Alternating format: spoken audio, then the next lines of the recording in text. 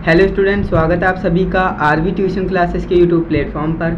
दोस्तों, आज की इस वीडियो में हम ईडी का चैप्टर नंबर 6 देखने वाले हैं, है ना। चैप्टर नंबर 6 के मोस्ट इम्पॉर्टेंट एमसीक्यू क्वेश्चंस को देखने वाले हैं। जैसा कि आप जानते हो, मैं डे बाय डे आपको जो है ईडी की क्लासेस प्रोवाइड कर रहा हूँ एंड बहुत से स्टूडेंट इस चीज़ का बेनिफिट भी उठा रहे हैं। तो अगर आपसे पुरानी क्लासेस मिस हो गई हैं, आपसे जो है पिछले चैप्टर्स कवर नहीं कर पाए, है ना, तो मिस हो गई, तो आपको करना क्या है, इस वीडियो के डिस्क्रिप्शन बॉक्स में जाना है, वहाँ पर प्लेलिस्ट का लिंक दे रखा है, तो वहाँ से आप सभी क्लासेस को कवर कर पाएंगे। तो उस प्लेलिस्ट को आप ज़रूर देखिएगा।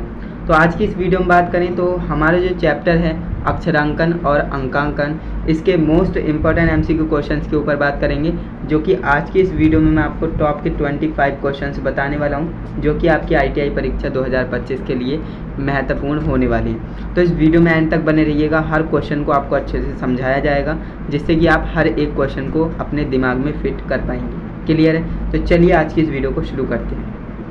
पहला हमारा क्वेश्चन हमसे कह रहा है, इंजीनियरिंग ड्राइंग में अक्षरांकन के माध्यम से क्या प्रस्तुत किया जाता है। अब देखिए, इंजीनियरिंग ड्राइंग आप पढ़ रहे हो तो इसमें आप अक्षरांकन कर क्यों रहे हो, है ना। इसके माध्यम से आप क्या प्रस्तुत करना चाहते हो, है ना। मकसद क्या है आपका, ड्राइंग का विवरण या फिर केवल विमाएँ या फिर ए और बी दोनों या फिर इनमें से कोई नहीं।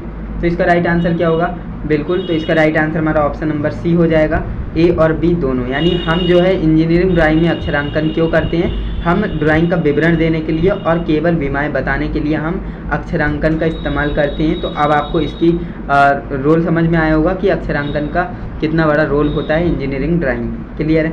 नेक्स्ट हमारा क्वेश्चन हमसे कह रहा है, इंजीनियरिंग ड्राइंग में अक्षरांकन करते समय ऊर्ध्वाधर रेखाओं को खींचा जाना चाहिए। कैसे? ऊपर से नीचे की ओर, नीचे से ऊपर की ओर, बाएं से दाएं या फिर इनमें से कोई नहीं। तो उम्मीद करता हूँ इसका राइट आंसर आप बता ही देंगे। काफ़ी आसान क्वेश्चन पूछा है, जो कि इसका right answer option number A हो जाएगा, ऊपर से नीचे की ओर। ऊपर से नीचे की ओर आपको जो है अक्षरांकन करना चाहिए। तो इस बात को आप ध्यान में रखेंगे। ऑप्शन नंबर ए हमारा राइट आंसर होगा। नेक्स्ट हमारा क्वेश्चन हमसे कह रहा है कि सभी अक्षरांकन प्रिंट होने चाहिए, अतः इसे पढ़ा या देखा जाना चाहिए। तो ड्राइंग के ऊपर से या फिर ड्राइंग के बाएं, जो ड्राइंग का दायां साइड है वहाँ से, या फिर ड्राइंग के नीचे से, या फिर ड्राइंग के बाएं साइड से यानी लेफ्ट साइड से। तो इसका आपको राइट आंसर बताना है कि इसका राइट आंसर क्या होगा। तो यहाँ पर इसके राइट आंसर की बात करें तो ऑप्शन नंबर सी इसका राइट आंसर हो जाएगा, है ना। Option number C is the correct answer. Drawing के नीचे से हमें अक्षरांकन प्रिंट यानी इन्हें पढ़ा जाना चाहिए। क्लियर है? तो ऑप्शन नंबर सी क्या हो जाएगा, इस क्वेश्चन का राइट आंसर हो जाएगा। नेक्स्ट क्वेश्चन है, इंजीनियरिंग ड्राइंग में विभिन्न अक्षरांकन शैलियों के उपयोग से किए जाते हैं। तो A B C D E F G H में अक्षरांकन की शैली बताइए, इसका नाम क्या होगा। गोथिक होगा, रोमन होगा, इटैलिक या फिर टेक्स्ट। इसका राइट आंसर क्या होगा, तो इसका राइट आंसर आपको बताना है, जो कि ऑप्शन नंबर ए होगा। मैक्सिमम स्टूडेंट्स का आ रहा है गोथिक, है ना। Gothic is the right answer, option number A. Clear? यहाँ तक आपको कोई समस्या, कोई परेशानी बिल्कुल भी नहीं होनी चाहिए। नेक्स्ट हम क्वेश्चन की तरफ बढ़ लेते हैं।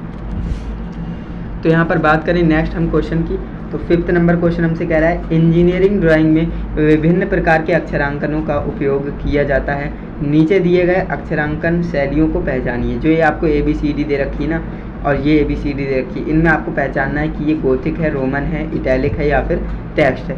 इस तरह के क्वेश्चन आपके एग्जाम में आपको देखने को मिल सकते हैं, तो इन्हें आपको अच्छे से पढ़ना है। तो बिल्कुल ये हमारी क्या है, गोथिक है, जैसा कि अभी आपको बताया था। ये ऑप्शन आपका राइट आंसर हो जाएगा।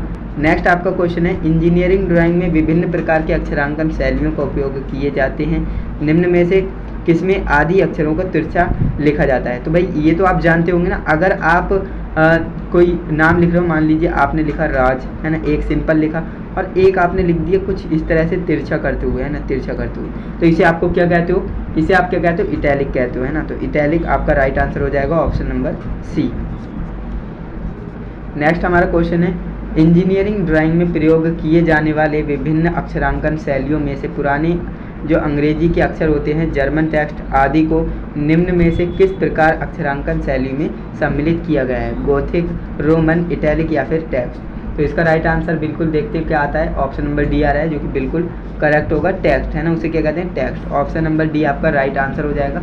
नेक्स्ट हमारा क्वेश्चन है, इंजीनियरिंग ड्राइंग में इटैलिक, जो इटैलिक है उसका प्रकार का अक्षरांकन है। तो इटैलिक आपको कौन सा लग रहा है इसमें से, आप इसमें से ध्यान से देखें, आपको इटैलिक कोई नज़र आ रहा है तो आप कहेंगे बिल्कुल आ रहा है। ऑप्शन नंबर सी हमारा इटैलिक है, क्योंकि ये आप देखेंगे ध्यान से तो ये तिरछे हैं, है ना, ये नॉर्मल लिखे हुए हैं ये भी, लेकिन ये आपका क्या है, तिरछा तिरछा थोड़ा सा लग रहा है। तो ऑप्शन नंबर सी आपका राइट हो जाएगा, ये हमारे इटैलिक होते हैं। तो ऑप्शन नंबर सी हमारा करेक्ट आंसर होगा।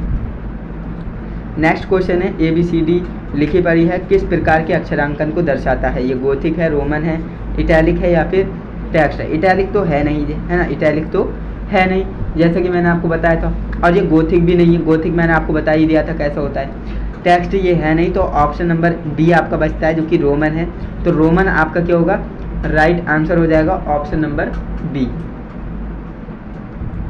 तो यहाँ पर जो है बिल्कुल ऑप्शन नंबर सी आ रहा है। हाँ बिल्कुल, यहाँ पर मुझसे थोड़ी सी मिसअंडरस्टैंडिंग हुई है, यहाँ पर रोमन नहीं होगा, ये हमारा इटैलिक होगा, है ना, क्या होगा, इटैलिक होगा।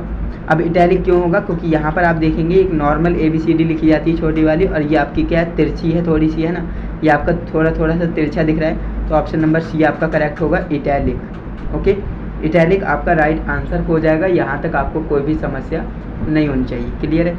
इसका right answer option number B नहीं होगा, ध्यान रखेंगे, ऑप्शन नंबर सी होगा, इटैलिक। नेक्स्ट हमारा क्वेश्चन है, शब्दों के बीच की न्यूनतम दूरी को प्रदर्शित किया जाता है। शब्दों के बीच की न्यूनतम दूरी को प्रदर्शित किया जाता है H के द्वारा, C के द्वारा, E के द्वारा या फिर A के द्वारा। तो बिल्कुल उसे हम किसके द्वारा करते हैं, C के द्वारा प्रदर्शित करते हैं। तो ऑप्शन नंबर बी आपका राइट हो जाएगा। क्लियर है? ऑप्शन नंबर बी आपका राइट आंसर हो जाएगा। नेक्स्ट हमारा क्वेश्चन है, निम्न में से किस अक्षरांकन शैली में अक्षरों और अंकों को पतली व मोटी लाइनों से बनाया जाता है? गोथिक होगा, रोमन होगा, इटैलिक होगा या फिर टेक्स्ट होगा? तो इसका राइट आंसर क्या होगा? देखिए गोथिक होने का नहीं, है ना, रोमन भी नहीं होगा, टेक्स्ट भी नहीं होगा, इटैलिक होगा, है ना। तो ऑप्शन नंबर सी यहाँ पर बिल्कुल, यहाँ पर सी ऑप्शन नहीं होगा, बी ऑप्शन होगा, है ना। ऑप्शन नंबर बी इसका राइट आंसर होगा। बिल्कुल यहाँ पर बी ऑप्शन आ रहा है, तो ध्यान रखेंगे इसका सी नहीं होगा, ऑप्शन नंबर बी इसका राइट आंसर होगा। नेक्स्ट हमारा क्वेश्चन है, निम्न में देखकर बताइए कि इनमें से कौन सा एक टेक्स्ट स्टाइल अक्षर है। तो वो आपको बताना है देखकर कि कौन सा टेक्स्ट स्टाइल अक्षर कौन सा है।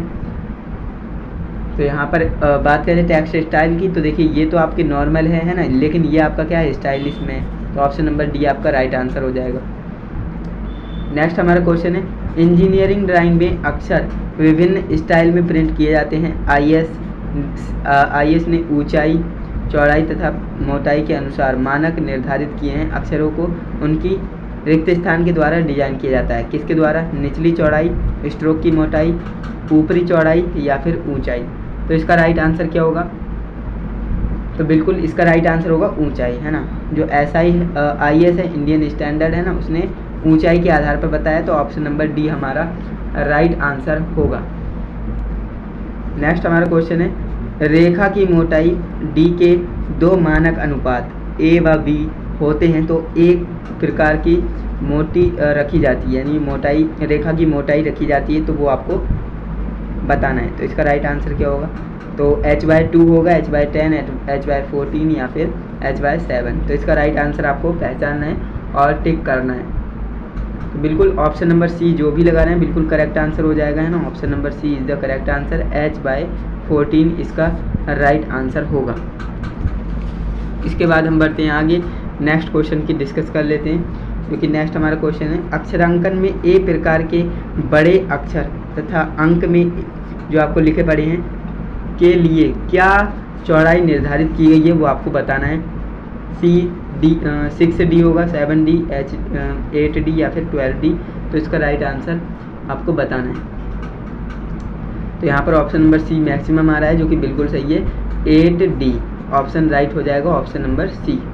नेक्स्ट क्वेश्चन है, बी प्रकार के अक्षरांकन में जो छोटे अक्षरों में चौड़ाई की माप होती है, चार में से निम्न में से किसके लिए निर्धारित की गई है? I के लिए, A के लिए, T के लिए या फिर L के लिए।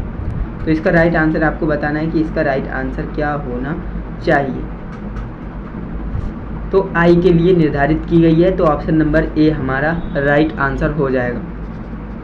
नेक्स्ट क्वेश्चन है, बी प्रकार के अंकांकन में 5 व 6 के लिए कितनी चौड़ाई रखी गई है, तो आपको बताना है 3D, 4D, 5D या फिर 1D। तो इसका राइट आंसर क्या हो जाएगा, तो देखते हैं भाई क्या ऑप्शन आपका लगा रहे हैं। और बिल्कुल ऑप्शन नंबर डी लगा रहे हैं, जो कि बिल्कुल करेक्ट है। ऑप्शन नंबर डी है ना, बिल्कुल ऑप्शन नंबर डी करेक्ट नहीं होगा, सॉरी, यहाँ पर ऑप्शन नंबर सी करेक्ट होना चाहिए, है ना। 70वें का ऑप्शन नंबर सी, बिल्कुल ऑप्शन नंबर सी करेक्ट होगा, 5D है ना। जो आप ऑप्शन नंबर डी लगा रहे हो ये सही नहीं है, ऑप्शन नंबर सी आपका करेक्ट है, 5D है ना। ध्यान रखेंगे जो 5 और 6 के लिए चौड़ाई निर्धारित की गई है वो 5D है, तो ऐसी मिस्टेक आप मत कीजिएगा। तो ध्यान रखेंगे इसका राइट आंसर क्या हो जाएगा, ऑप्शन नंबर डी। क्लियर है, ऑप्शन नंबर सी इसका राइट आंसर हो जाएगा। एक मिनट, इससे पहले आप बता रहे हो कि इसका 16 का right answer option number A नहीं होगा। देख लेते हैं एक बार, उनका अंक छोटा 4 के लिए कौन सी निर्धारित की गई। बिल्कुल यहाँ पर आपने बिल्कुल सही बताया, 16वें क्वेश्चन का right answer option number A नहीं होगा बल्कि ऑप्शन नंबर डी होगा, है ना। थोड़ी सी मिसअंडरस्टैंडिंग इसमें ज़्यादा हो रही है ना। तो यहाँ पर बात करें ये टी के लिए है ना, आई के लिए नहीं है, ये टी के लिए है। तो ध्यान रखेंगे 6 का डी ऑप्शन राइट है, ए नहीं है। और जो आपके 17वां क्वेश्चन है इसका आपका ऑप्शन सी राइट हो जाएगा। क्लियर है, तो इस तरह से आपको ध्यान में रखना है। थोड़ी सी मिस्टेक हो गई थी।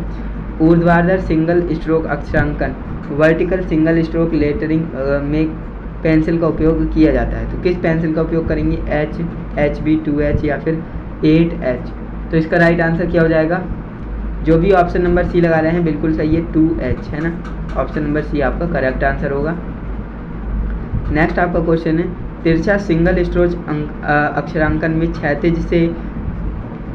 क्षैतिज से अक्षरों का झुकाव बाएं से दाएं लगभग होना चाहिए। कितने डिग्री का होना चाहिए इसमें एंगल, तो 45 का, 90 का, 60 का, 75 का। तो इसका राइट आंसर क्या हो जाएगा, ऑप्शन नंबर, देख लेते हैं आप क्या लगा रहे हैं। तो बिल्कुल जो भी ऑप्शन नंबर डी लगा रहे हैं बिल्कुल करेक्ट है ना, 75 डिग्री का एंगल होना चाहिए, तो बिल्कुल राइट हो जाएगा। नेक्स्ट आपका क्वेश्चन है, डबल स्ट्रोक अक्षर व अंक पेंसिल के 2 स्ट्रोक खींचकर लिखे जाते हैं। पेंसिल के 2 स्ट्रोक के मध्य जो दूरी और ऊंचाई होनी चाहिए वो कितनी होनी चाहिए, 1/7 से 1/10 या फिर 1/2 से 1/4 या फिर 2 गुनी या फिर आधी। तो बिल्कुल 1/7 से 1/10 होनी चाहिए, तो ऑप्शन नंबर ए आपका राइट आंसर हो जाएगा। यहाँ तक कोई दिक्कत नहीं होनी चाहिए। नेक्स्ट हमारा क्वेश्चन हमसे कह रहा है कि नीचे चित्र में प्रदर्शित x अंकित भाग को कितनी ऊंचाई होनी चाहिए। जो x के द्वारा हमें दर्शाया गया है ये वाला है ना, इसकी आपसे ऊंचाई बोल रहा है कि ऊंचाई कितनी होनी चाहिए, h या 2h या फिर 3h या फिर 4h। तो फटाफट से बताएंगे इसका राइट आंसर क्या होगा। ऑप्शन नंबर बी जो भी कर रहे हैं बिल्कुल करेक्ट है ना, 2h। नेक्स्ट हमारा क्वेश्चन है, अक्षरांकन करते समय अक्षरों के मध्य दूरी छोड़ना आवश्यक है। ए प्रकार के अक्षरांकन में 2 अक्षरों के मध्य की दूरी mm में कितनी होनी चाहिए, 1, 7, 3.6 या फिर 0.18। तो इसका राइट आंसर क्या होगा, फटाफट से सभी स्टूडेंट्स कमेंट करेंगे। बिल्कुल जो भी ऑप्शन नंबर ए बता रहे हैं बिल्कुल करेक्ट है ना, 1 होनी चाहिए। नेक्स्ट क्वेश्चन है, बी प्रकार के अक्षरांकन में आधार रेखाओं के बीच की दूरी का अनुपात कितना होना चाहिए, 2/10h या फिर 14/10h या फिर 7/10h या फिर 6/10h। इसका राइट आंसर क्या होगा, तो बिल्कुल ऑप्शन नंबर बी जो भी लगा रहे हैं स्टूडेंट्स आंसर, जो कि मैक्सिमम आंसर आ रहा है, ऑप्शन नंबर बी करेक्ट होगा, 14/10h। ओके, ध्यान रखेंगे 14/10 × h। ऑप्शन नंबर बी आपका क्या होगा, करेक्ट आंसर हो जाएगा। सेकंड लास्ट हमारा क्वेश्चन है, अक्षरों एवं अंकों को शेड करने के लिए किस पेंसिल का उपयोग किया जाना चाहिए। तो वो हमारा है 4H, H और HB या फिर 4B या फिर 2B। तो शेड करने की बात हो रही है ना, शेड करने के लिए आप किस पेंसिल का इस्तेमाल करते हैं तो वो आपको बताना है। बिल्कुल हम जो है H और HB पेंसिल का इस्तेमाल करते हैं, तो ऑप्शन नंबर बी आपका करेक्ट आंसर होगा। नेक्स्ट और लास्ट हमारा क्वेश्चन है, IS के अनुसार, जो IS है इंडियन स्टैंडर्ड है ना, इसके अनुसार शब्दों के बीच में कम से कम कितने के बराबर दूरी छोड़नी चाहिए, 1 अक्षर के, 2 अक्षर के, ए और बी दोनों या फिर 3 अक्षर की। तो इसका राइट आंसर क्या होगा, क्योंकि हमारा लास्ट क्वेश्चन है इस वीडियो का, ऑप्शन नंबर ए राइट हो जाएगा। 1 अक्षर के बराबर हमें दूरी छोड़नी चाहिए, तो ऑप्शन नंबर ए हमारा करेक्ट आंसर हो जाएगा। क्लियर है। तो यहाँ तक आपने देखा आज की इस वीडियो में हमने टॉप 25 क्वेश्चंस के ऊपर बात करी है, जो कि एमसीक्यू बेस्ड थे, निमी के पैटर्न पर आधारित थे, नए पैटर्न पर आधारित थे, जो कि आपके आईटीआई एग्ज़ाम 2025 के लिए मोस्ट पावरफुल थे। एंड मुझे उम्मीद है आपने मैक्सिमम क्वेश्चंस को अच्छा किया होगा। आपके 25 क्वेश्चन में थे, आपके 25 क्वेश्चन में से कितने क्वेश्चन सही गए हैं वो आप मुझे कमेंट करके बताइए, जिससे कि मुझे पता लग पाए कि आपकी तैयारी किस लेवल की हो रखी है। बाकी अगर आपको वीडियो अच्छी लगी, वीडियो को लाइक कीजिए, है ना। चैनल पर नए हो तो चैनल को सब्सक्राइब कर लेना, जिससे कि आने वाली वीडियो आप मिस ना कर सकें। अगर आपसे पुरानी क्लासेस मिस हो गई हैं तो आपको करना क्या है, चैनल के डिस्क्रिप्शन बॉक्स में जाना है और वहाँ पर आपको लिंक दे दिया है प्लेलिस्ट का, तो वहाँ से जाकर आप सभी वीडियोज़ को कवर कर पाएंगे। अगर आपके दोस्त फ्रेंड जो भी हैं आईटीआई कर रहे हैं तो उन्हें इस वीडियो को शेयर कर देना, उनका भी फ़ायदा हो सकेगा। ओके, तो चलिए दोस्तों, आज के लिए बस इतना ही। मिलते हैं नेक्स्ट इंटरेस्टिंग इन्फॉर्मेटिव वीडियो के साथ। तब तक के लिए जय हिंद, वंदे मातरम।